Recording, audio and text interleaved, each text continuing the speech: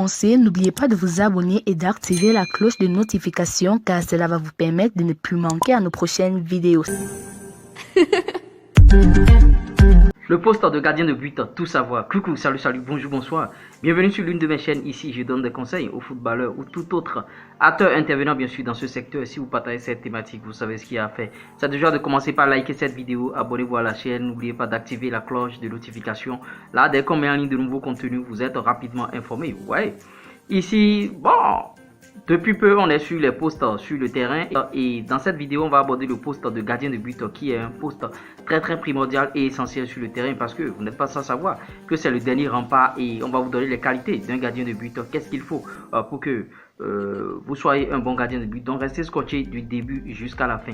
Par rapport aux qualités et tout, il faut avoir des qualités mentales. Les qualités mentales, ça sous-entend quoi? Et il faut être fort mentalement. Et un but, il faut être aussi physiquement prêt parce que les standards au niveau européen ou bien bon par rapport au profil, c'est au moins avoir 1m80, mais il y a des gens bon qui sont un peu plus courts que ça. Faut compenser cela avec votre détente et votre agilité. Parce que, ouais, actuellement, même dans le monde, les meilleurs gardiens du monde, c'est des gens qui ont la taille parce que leur physique impose déjà beaucoup de choses dans les buts, à telle enseigne que les attaquants ont peur à la vue des gardiens de but. Le gardien de but, c'est celui qui voit tout le jeu de derrière et le gardien de but participe au repositionnement, bien sûr, de sa défense centrale, de toute son équipe. D'ailleurs, si on doit gagner un match à 25 à 30%, ça dépend du gardien de but parce que c'est lui qui repositionne, c'est lui qui dit ah, allez ici, allez ici, allez ici. Et le poste de gardien de but demande beaucoup de travail. Les gardiens de but, eux, ils ont déjà du spécifique en pleine séance. Ça sous-entend quoi?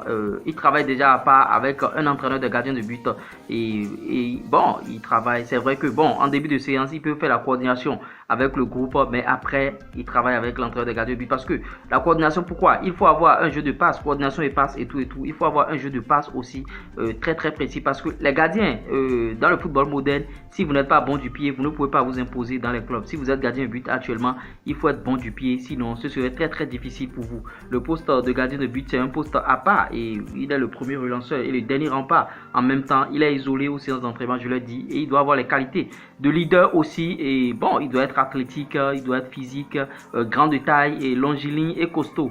Il doit avoir un sens de placement hors pair et bon, vous voyez, c'est tout ça là.